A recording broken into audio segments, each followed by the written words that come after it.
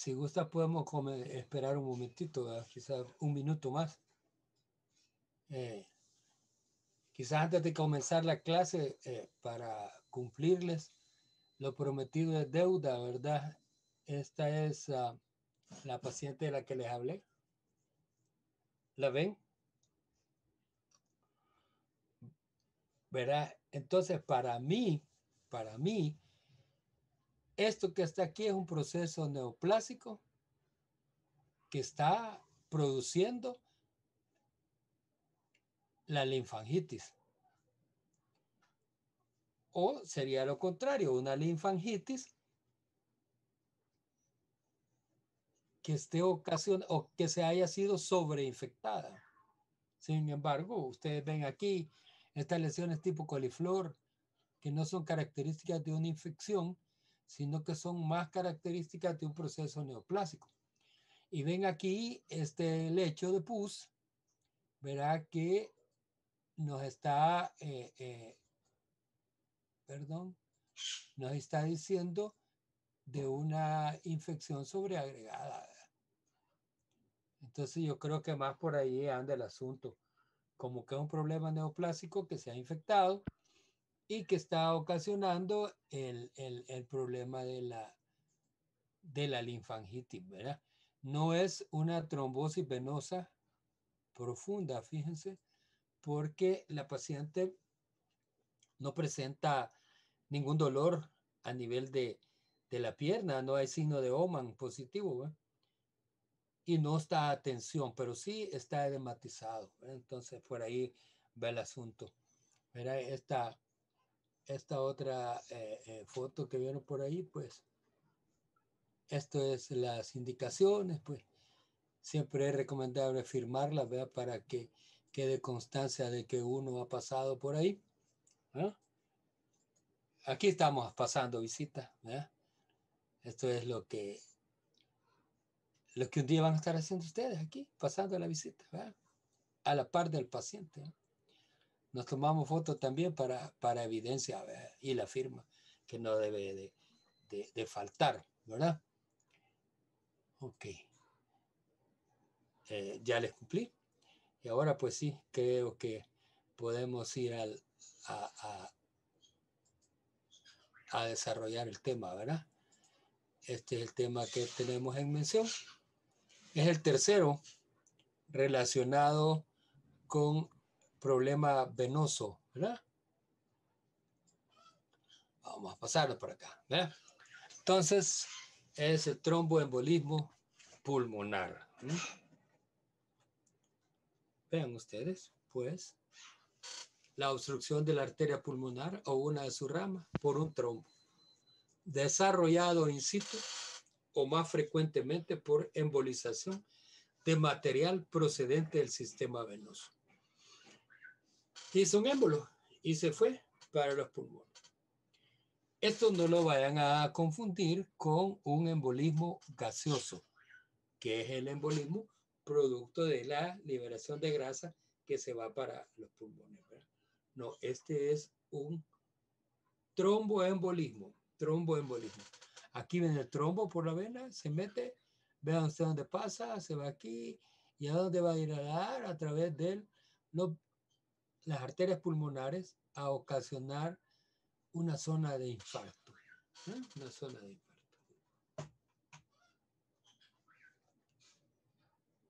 El tromboembolismo pulmonar se clasifica en agudo, subagudo y crónico. Desarrollan síntomas inmediatamente después de la obstrucción de los vasos pulmonares. El subagudo se presenta días o semanas luego del evento inicial.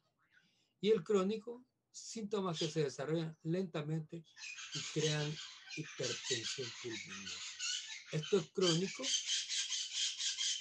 El tromboembolismo crónico no quiere decir que va a estar por tanto tiempo ahí. No, lo que sucede es que llega, hace el daño y se queda el daño ahí permanente. Así como la pancreatitis. No es una pancreatitis que va a durar 8 meses, un año. No, sino que la pancreatitis crónica va a ser cuando haya así ocasionado la pancreatitis aguda un daño en la glándula pancreática. Entonces aquí el crónico va a Roberto desarrollar, Ayala. perdón, va a desarrollar hipertensión pulmonar. Entonces, ¿qué es lo que va a quedar crónico? La hipertensión pulmonar, ¿eh? Que no es hipertensión arterial, es hipertensión pulmonar. Los factores de riesgo para producir un tromboembolismo pulmonar: alto, moderado y bajo.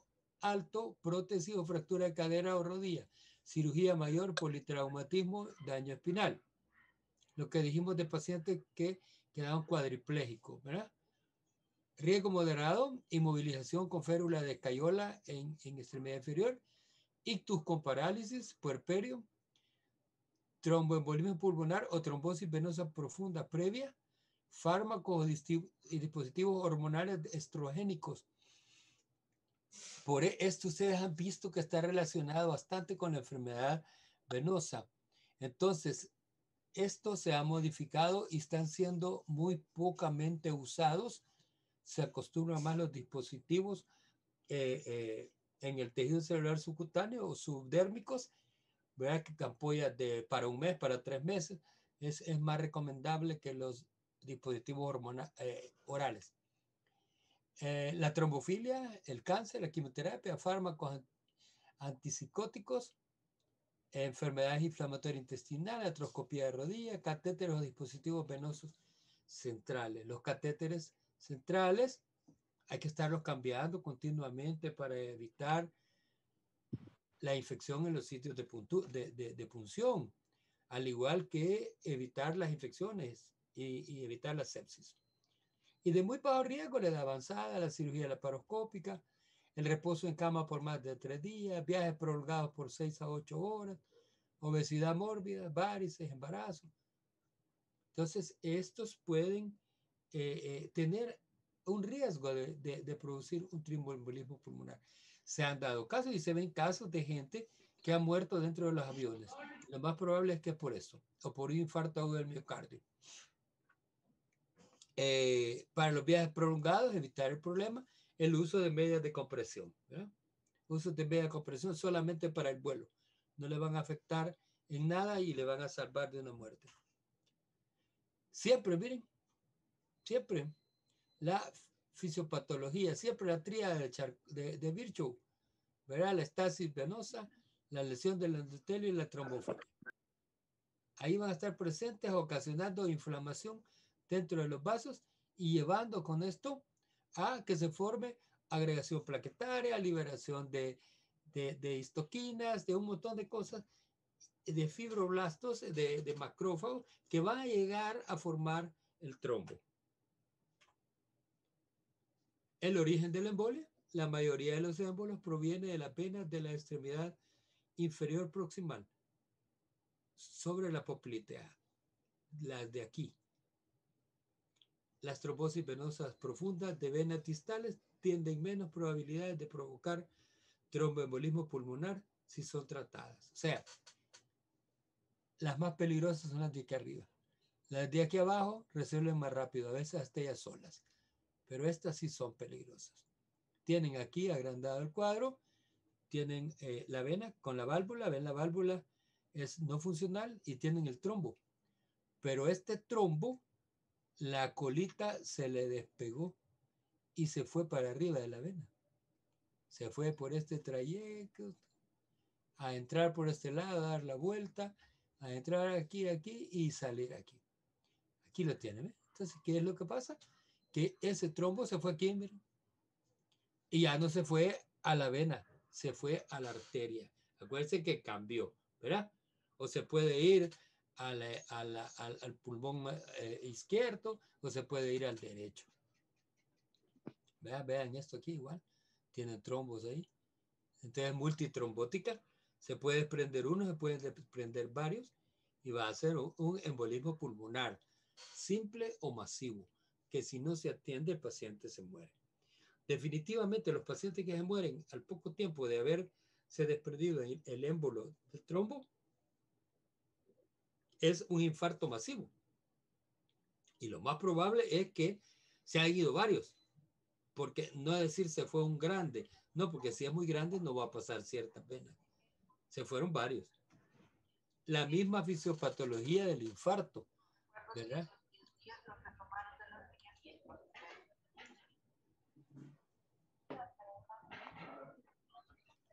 Cerramos los micrófonos, por favor. Gracias.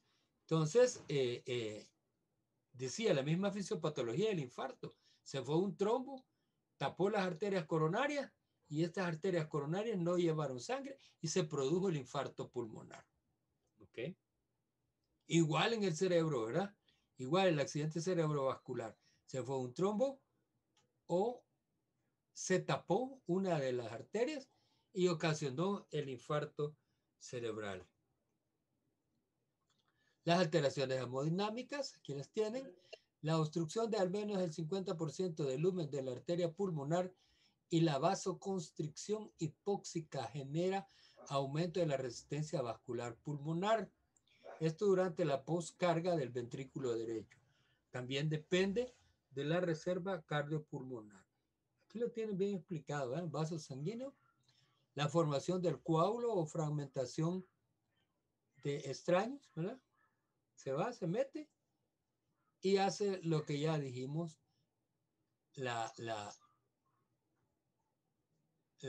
¿cómo se llama? La trayectoria, ¿verdad? La trayectoria, como que fuera un juego de golf que va buscando los hoyitos por donde meterse.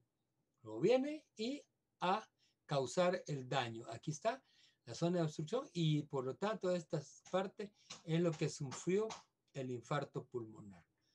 Cuando es masivo lleva a la muerte del paciente. Cuando es así da lugar a ir a hacer un reparo, a ir a dar medidas de ayuda al paciente, pero cuando es masivo el paciente se muere rápido. Las alteraciones hemodinámicas, el aumento de la postcarga es compensado por taquicardia. Se aumenta la presión y radio de cavidades derechas. O sea, la cavidad derecha aumenta su radio. Aumenta la tensión parietal y aumenta el consumo de oxígeno. La perfusión del ventrículo derecho depende de la presión arterial media y la presión subendocárdica del ventrículo derecho. Al caer la presión arterial media, aumenta la presión del fin de la diástole en el ventrículo derecho y genera una disminución de la presión de perfusión y aporte de oxígeno. Se genera isquemia e insuficiencia del ventrículo derecho. Prácticamente lo del dibujo que vimos, lo único que en terminología ya más fina, más especializada. Al caer la función sistólica del ventrículo derecho, disminuye la precarga del ventrículo izquierdo. Además, el septum interventricular se desplaza a la izquierda y se disminuye aún más la precarga. O sea, toda esa serie de movimientos que hace adentro el trombo para salir por esto, causa toda esa serie de cambios que hay en la hemodinamia cardíaca.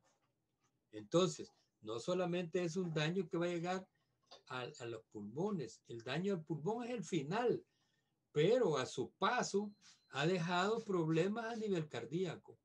Imagínense que hasta menciona las arritmias. Y las arritmias en determinado momento pueden ser provocadoras de infartos agudos del miocardio. Hay alteraciones del intercambio gaseoso. La obstrucción mecánica del lecho vascular, ¿verdad? Lleva a cabo una inflamación que provoca disfunción del factor surfactante y da la atelectasia. ¿Se acuerdan? El factor surfactante es aquella sustancia que permite que los pulmones, al llenarse de aire, lleguen a establecer la compliance, o sea, el bienestar en el órgano durante la respiración. Entonces, si no hay factor surfactante, este pulmón va a tener problemas para la expansión, problemas para expandirse, problemas para llenarse de aire. Entonces, prácticamente es un problema restrictivo del pulmón. ¿Por qué? Porque no entra el aire. Ahí tienen el 10% de tromboembolismos pulmonares, ¿verdad? El émbolo va a ir a producir un infarto. Tienen la forma triangular del infarto. Las manifestaciones clínicas o síntomas, los síntomas y signos, aquellos, los síntomas, lo que el paciente siente, y los signos, lo que se ve en el paciente. No son específicos. En el mayor porcentaje, una disnea súbita, el paciente está bien, de repente empieza a toser. El paciente es generalmente encamado. Dolor pleurítico, se queja de dolor a la respiración. ¿Por qué? Por la falta del factor surfactante, ya dijimos. Provoca tos. Hay hemoptisis. Si hay un infarto pulmonar, hay hemoptisis. Hay síncope, el paciente tiende a perder el estado de conciencia, se marea, se cae, puede llegar hasta el shock. Ya no es síncope, ya es shock, ya cambiaron sus parámetros vasculares, ya cambió su respiración, ya cambió su estado mental por la falta de llegada de oxígeno al cerebro. Puede haber fiebre. Acuérdense que la fiebre no solamente es por presencia de infecciones, sino que también puede darse en estos casos. ¿Se acuerdan de los tipos de fiebre? La fiebre de Kussmaul, la fiebre de stroke, la de Pell-Einstein, un montón de fiebres que están contempladas ahí en el libro de Suros.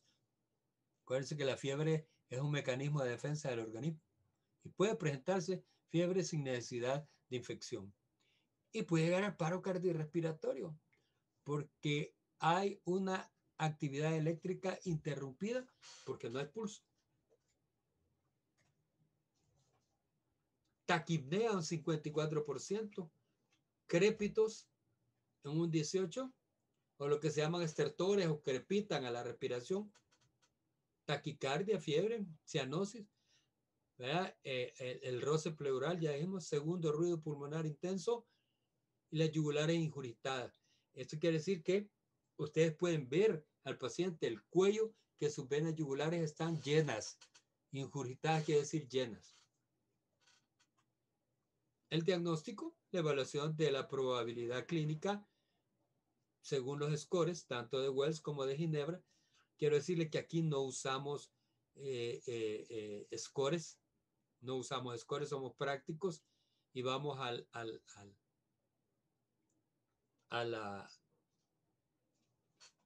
arsenal diagnóstico, ¿verdad? Ya sea de laboratorio y de imágenes, aunque sean imágenes escasas las que tenemos. Y el tromboembolismo pulmonar se sospecha por último. A este paciente le dio tos, sí, le dio tos, hombre, sí, hombre, se le fue algo a la comida, que por estar acostado, pues. Pero generalmente no pensamos en embolismo pulmonar, cuando es lo que deberíamos de pensar. Ahora, acuérdense, todo paciente que tiene problemas de tos, fiebre, problemas respiratorios, dolor, ya todo es asociado con el COVID. Todo lo asocian con el COVID.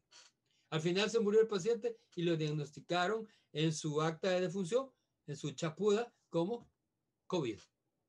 Y el pobre paciente no murió de COVID. Y no tuvo la familia la capacidad de hacerle unos honores como se merece el cuerpo humano, sino que lo envolvieron en una toalla y lo fueron a tirar a una fosa común por un mal diagnóstico.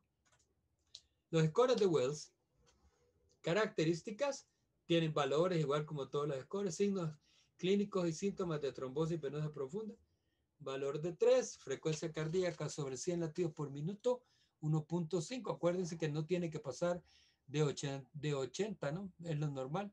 Ya con 100 ya está un poquito jodido uno.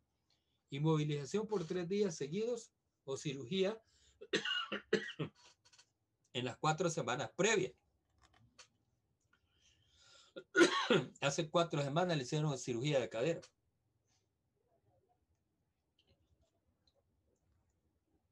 Hace 3 días le operaron la rodilla, hace 3 días le operaron el útero, etc.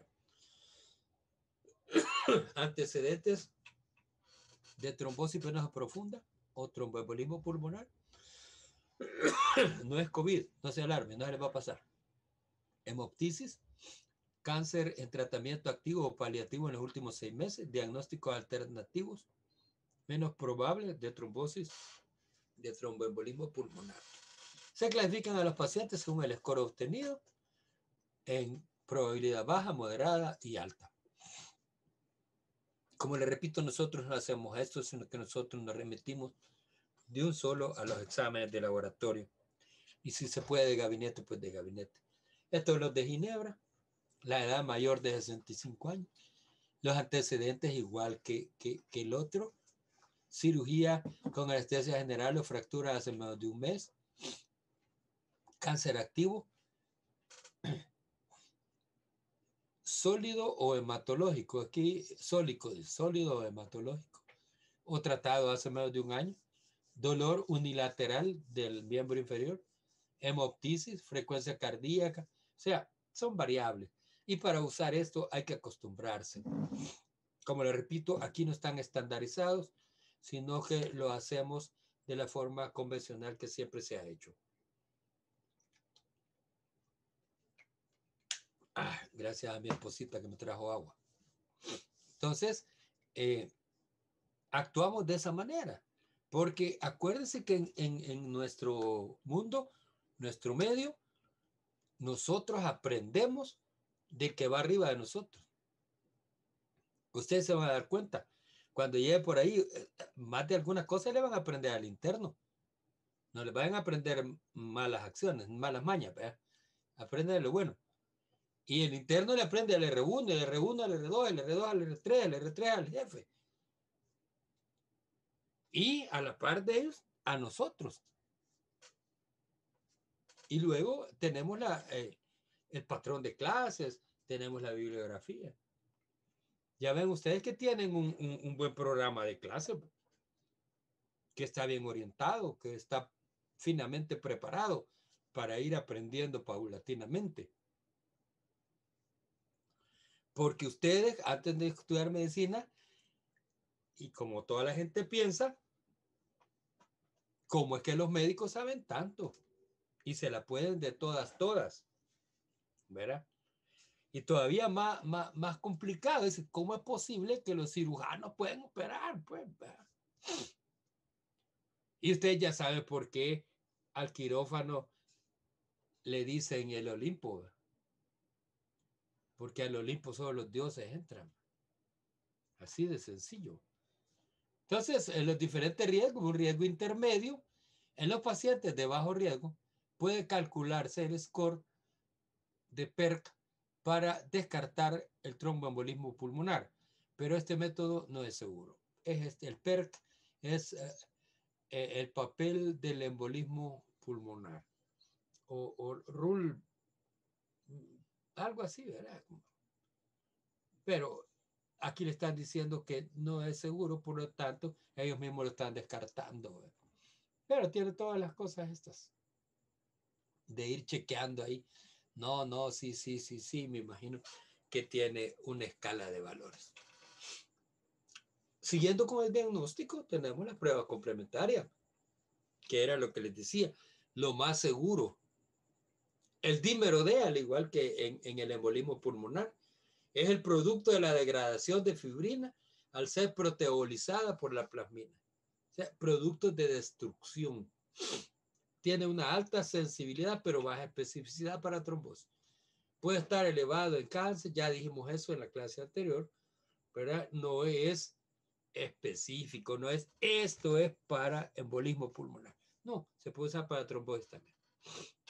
Pacientes con probabilidad baja o intermedia con dímero D negativo, menor de 500 nanogramos por milímetro, se excluye el diagnóstico de tromboembolismo pulmonar. O sea, sirve para excluir. No, menor de 500, no va. No hay que confiarse.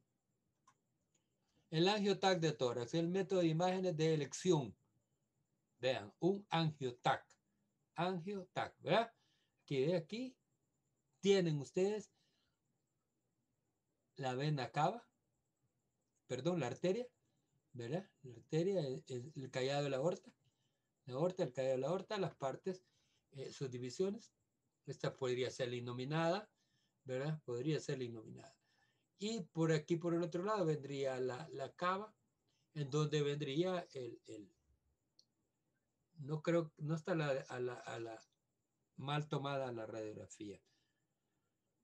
Digo que no está mal tomada porque aquí está el hígado, y el hígado está a la derecha, ¿verdad? Y aquí está a la izquierda. Este es vaso o parte sólida del fondo gástrico por comida, ¿verdad? La cosa es que viene aquí los trombos. Aquí está señalando. Si no tuviera la flecha, no supiera dónde está, pero ahí tiene la flecha. El método de imágenes de elección tiene una sensibilidad de 83% y una especificidad de 96%. ¿Ves? Es bien específico. ¿Por qué? Porque lo está viendo. Aquí lo está viendo y eso le está dando la evidencia de especificidad. Acuérdense que les dije en determinado momento que estamos en los tiempos de medicina basada en evidencia. Si yo no tengo la evidencia de que aquí está, no puedo decir que aquí está. El paciente con probabilidad clínica elevada, un angiotac negativo, no descarta la trombosis. También, ¿verdad? Puede ser un verdadero negativo. No es bueno hacerle TAC a todas las sospechas de trombosis pulmonar, pues no es inocua. Genera en un 14% de los pacientes nefropatía por contraste. Ojo con eso. Le tiene que meter contraste al paciente. Y si el paciente tiene un mal funcionamiento renal, se lo pueden tostar y lo van a hacer insuficiente renal. Antes de llegar a esas cosas, al angiotac de tórax, quizás cuando tengo demasiada duda, no estoy seguro de que eso sea. Pero es de tenerlo a la mano, pero como no lo tenemos en el hospital, tenemos que recurrir a otras cosas. Si está en el diagnóstico, en el hospital de la mujer, sí vea que se le va a poder hacer. Pero está en otro lado, no se puede. La probabilidad clínica de un tromboembolismo pulmonar, baja o intermedia o poco probable. Se hace el dímero D, si el dímero D es negativo, no hay anticoagulación. Y si es positivo, se va uno al angiotac multidetector. Si es negativo, no hay problema, pero si hay positivo, la anticoagulación. La alta o probable probabilidad sigue el mismo camino. Angiotac. Todo va a terminar el angiotac. Pero no, hombre, si es un renal, entonces no le dan el angiotac. ¿Ya? No le dan el angiotac. Se lo van a tostar. Le pueden hacer una angiografía sin material de contraste. ¿Ya? Tal vez la aguanta. Angiograma por resonancia magnética nuclear, estudiado por el Piopel de tercero. Se observó la dificultad en realizar exámenes técnicamente adecuados. Del 25 al 52% de los exámenes no eran adecuados, lo que disminuye la sensibilidad en aquellos en que fue bien realizado, y la sensibilidad es 78% y especificidad del 99%. O sea, es más específico que el angiotac. Aquí está con una resonancia magnética nuclear.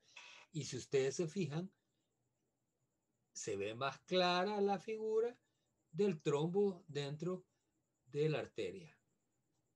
Cuando se agrega una resonancia de extremidades inferiores, no se aumenta mucho la sensibilidad, por lo tanto, no es superior al angiotac.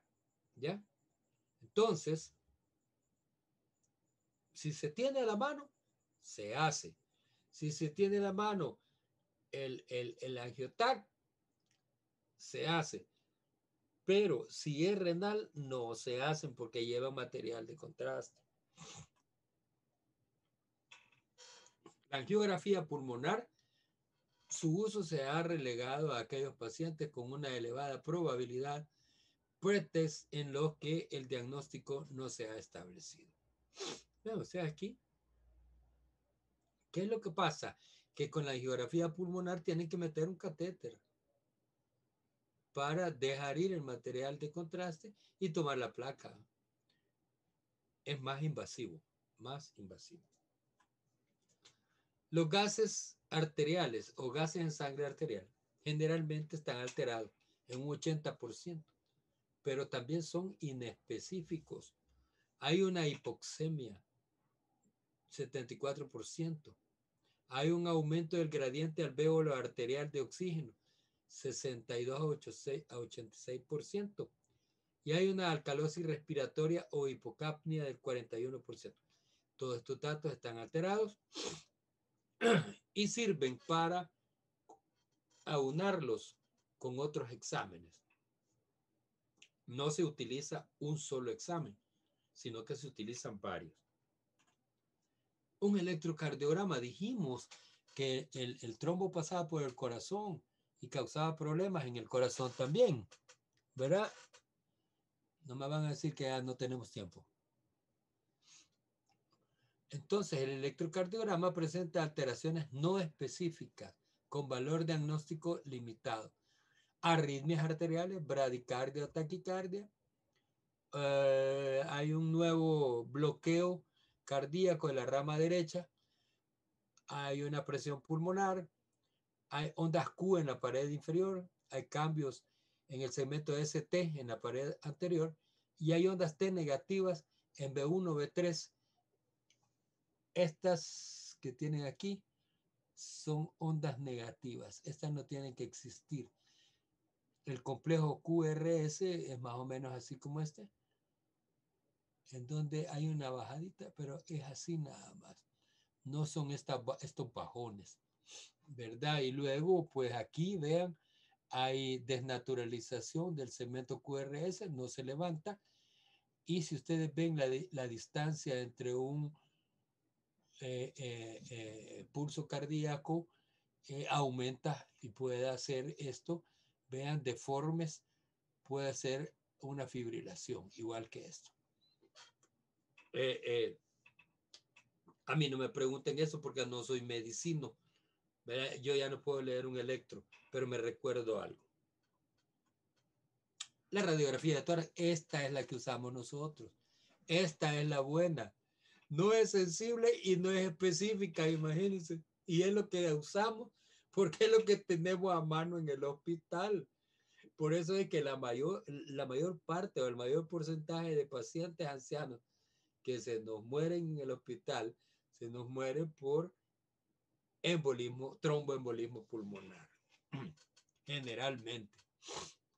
Atelectasias o anormalidades parenquimatosas. ¿Verdad? Atelectasias son los tirajes que se forman en los campos pulmonares. Hay derrame pleural.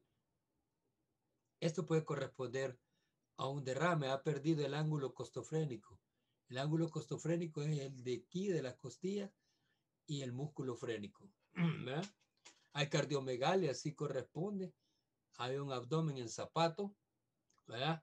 De 12 al 22% normal.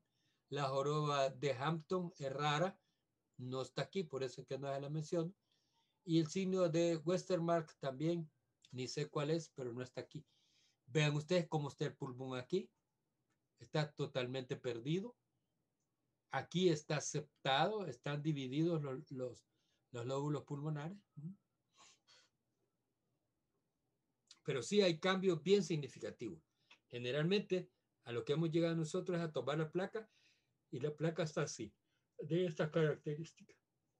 Entonces concluimos con que el paciente falleció de un tromboembolismo pulmonar, pero nunca lo evidenciamos cuando el paciente estaba vivo. Son de las patologías que dan sorpresas. Es raro el paciente que antes de que se descompense se le diagnostique tromboembolismo pulmonar. El ecocardiograma, igual, ¿verdad? Si lo tenemos se hace, pero generalmente no lo tenemos. Solamente hay un radiólogo y solo llega unas horas en la mañana. Útil más para la estratificación de riesgo que para el diagnóstico. Hipoquinesia y dilatación del ventrículo derecho, aplanamiento o movimiento paradójico del septum interventricular, regurgitación tricuspidea, hipertensión pulmonar, pérdida del colapso de la vena cava inferior, relación del diámetro final de la diástole en el ventrículo derecho y el ventrículo izquierdo mayor a 0.9. Todo esto que le he mencionado supuestamente está aquí en eso, pero que no lo podemos evidenciar, ¿verdad? Solo esto que es el septum intervertebral, interventricular, ¿verdad? Y el interauricular. O sea, la pared que divide los ventrículos, ¿no? En los ecodúplex de extremidades inferiores, el 50% de los pacientes con tromboembolismo pulmonar pueden presentar trombosis venosa profunda. La mitad de ellos es asintomático, no sienten nada. Se realiza ecodúplex en pacientes con discordancia entre la probabilidad clínica y el resultado de las pruebas clínicas. No esperen que un paciente con un embolismo pulmonar va a estar parado así como este. Generalmente están acostados y no se mueven, no se levantan, ¿verdad? No tienen la capacidad de hacerlo. Este es un duplex que es un Doppler a color de mejor intensidad que el Doppler. La sospecha de embolismo pulmonar agudo, el choque o hipotensión. Si hay choque o hipertensión por aumento de la alto riesgo. Y si no, pues no hay un aumento de alto riesgo. Definido como la presión sistólica de la sangre menor de 90 milímetros de mercurio o la presión sistólica mayor o menor de 40. O sea, está baja, ¿verdad? Tendiente al shock. Por eso es que hablan aquí del shock o hipotensión por 15 minutos. Si no causa por el nuevo aparecimiento de las arritmias, ¿verdad?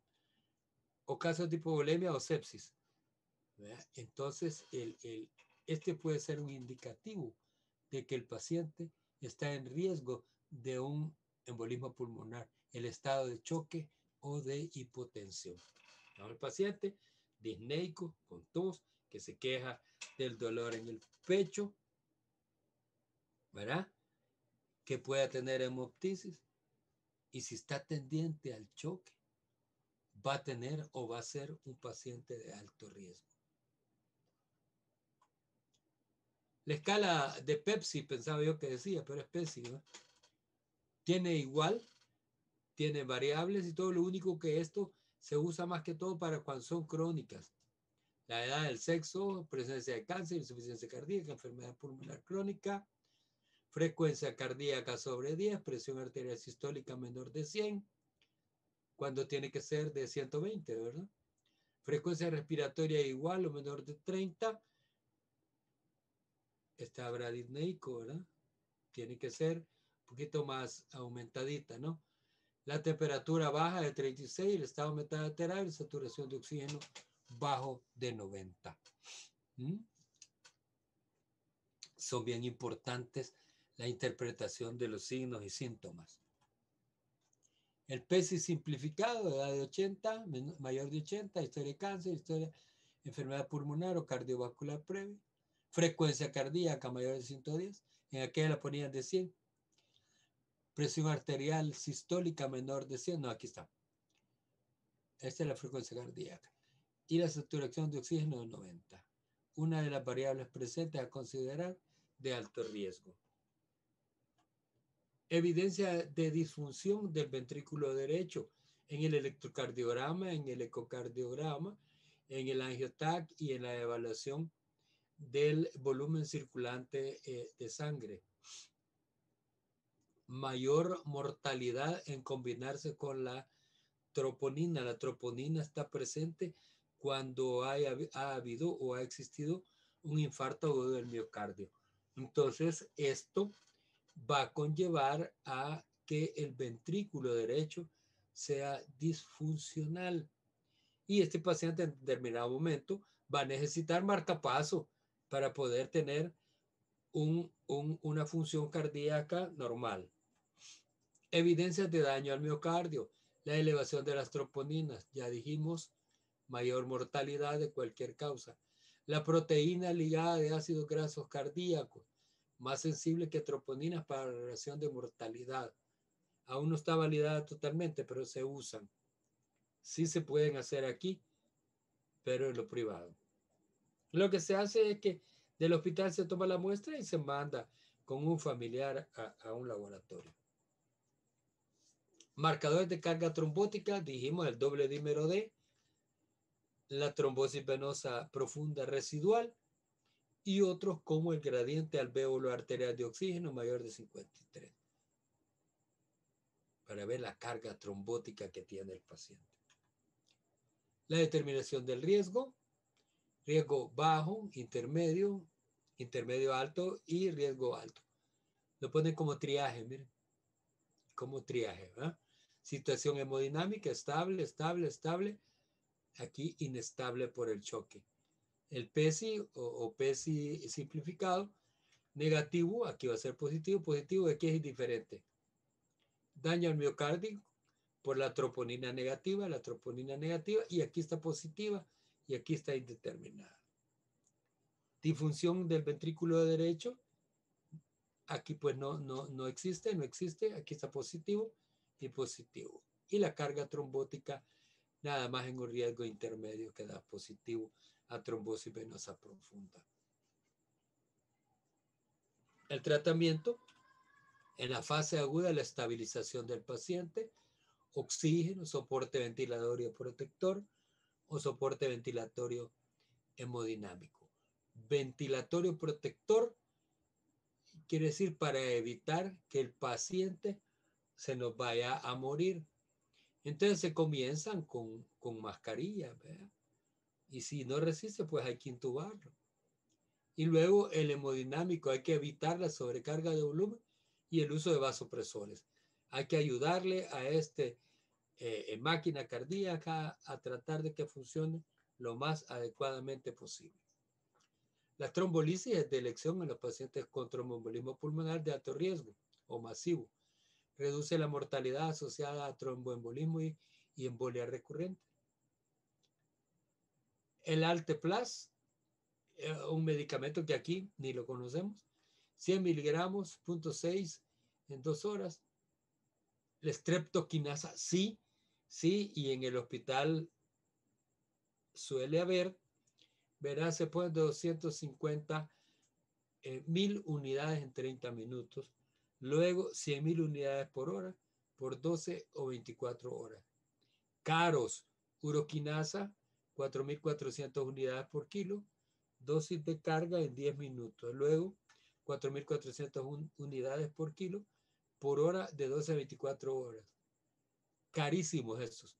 Y el Tecneplas, que tampoco lo conocemos, pero me imagino que son de los últimos y tiende a ser más caro que estos dos.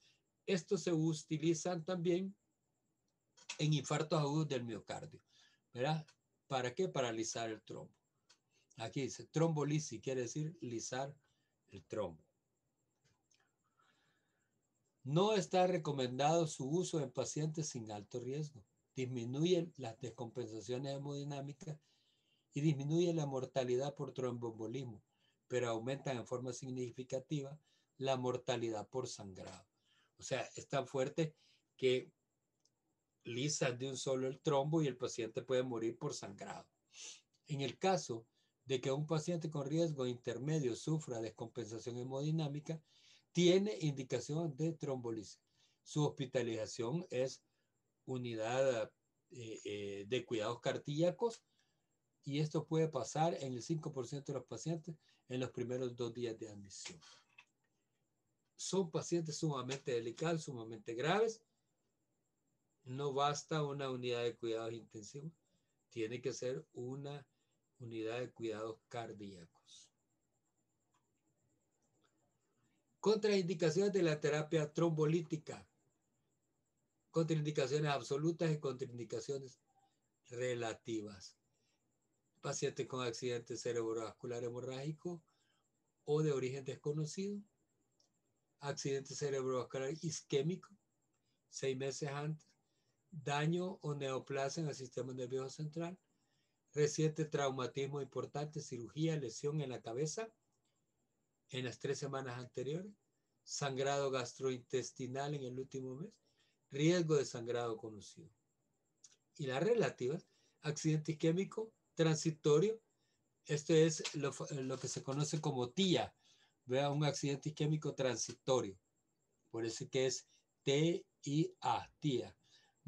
La terapia con anticoagulantes orales, accidente isquémico transitorio es aquello de que de repente el paciente se descontroló, se desconectó del todo, incluso algunos hasta presentan mirada al cenit, ¿vea?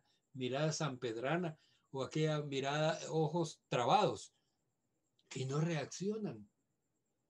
Entonces se llevan al hospital y en razón de 24, 48 horas el paciente está como que no le pasó nada o deja secuelas leves. La terapia con anticoagulantes orales, la gestación o primera semana postparto, el sitio de punción no comprensible, la reanimación traumática, la hipertensión refractaria, presión arterial sistólica menor a 180, enfermedad hepática avanzada, endocarditis infecciosa, úlcera péptica activa. Estos son relativos y estas son absolutas. Acuérdense que van a usar anticoagulantes. Y un paciente que está inestable en su cascada de la coagulación se nos puede morir desangrado.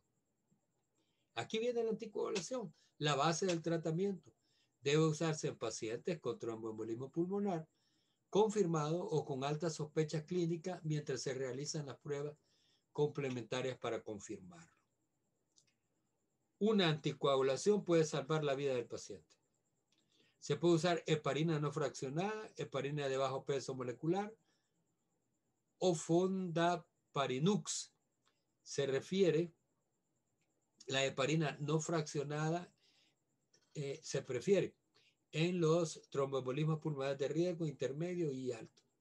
La dosis de heparina no fraccionada, 80 unidades por kilo en bolo y luego 18 unidades por kilo en horas, ¿verdad? De 5 a 5 veces al estado basal de los tiempos, o sea, según los tiempos.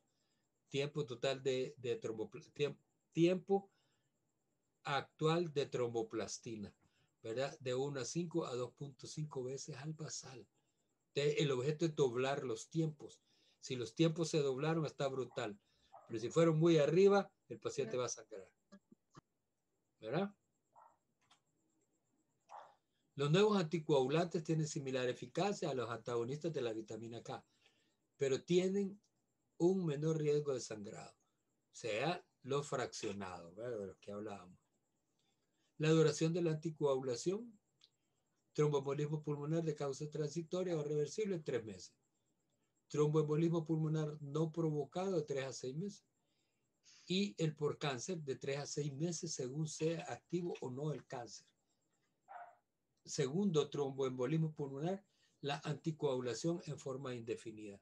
O sea, si presenta una segunda tromboembolismo, que es bien difícil que un paciente lo tolere, se deja la anticoagulación indefinida o, como dice la gente, de por vida. La embolectomía quirúrgica de alto riesgo, contraindicación absoluta y relativa a la trombolisis sistémica. Pacientes que fueron sometidos a trombolisis pero no logran recuperar el estado hemodinámico ni ventilatorio. Entonces a esto se lleva a una embolectomía quirúrgica. Imagínense. Y luego tratamiento percutáneo, alternativa a embolectomía quirúrgica. Depende de la experiencia del centro hospitalario. ¿Cómo hacer una embolectomía percutánea? Imagínense. Con catéteres a nivel de punciones dirigidas por brazo en C y se llega hasta el lugar en donde se encuentra el trombo. Y lo otro que ya lo habíamos visto en el anterior, filtro de la vena cava. para pacientes con contraindicación de anticoagulación y o alto riesgo de recurrencia, ¿verdad? Pacientes que no se le puede dar heparina, pacientes que no se le puede dar fibrinolíticos, pacientes que no se le puede hacer ningún procedimiento quirúrgico, bien, se viene por la femoral, se va, se cateteriza, se va hasta aquí y aquí se dispara.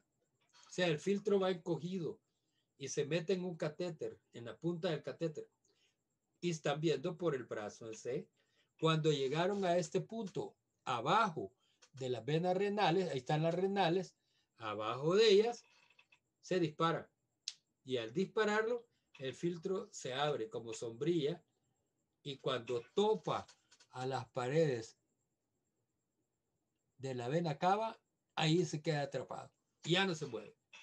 Entonces, vienen los coágulos de aquí para allá y se quedan aquí en el filtro. No se van de camino. ¿Ya? Buena onda, ¿verdad? El seguimiento, estudio de trombofilia, investigar antecedentes familiares. El primer episodio no provocado en menores de 40 años se debe descartar trombofilia. El síndrome antifosfolípido, el factor 5 de Leiden, la mutación del gen 620-210, la trombina, deficiencia de proteína C y de S. Hay que descartar todo esto desde el punto de vista medicino. Aquí les va a ayudar el medicino para el seguimiento. La búsqueda de neoplasia subyacente. Los tumores más frecuentes asociados son el del páncreas, de pulmón, de estómago, de la próstata y de la mama. Los azotes de los dos sexos, la próstata y la mama. Se recomienda investigar en caso de síntomas y signos que los sugieren screening de neoplasias correspondientes a la edad. Hay que descartar neoplasias. Radiografía de tórax. No está recomendado el estudio agresivo con TAC. Acuérdense, se usa material de contraste. Por eso es que no está recomendado. ¿Qué les pasó? ¿Terminaron ya o qué?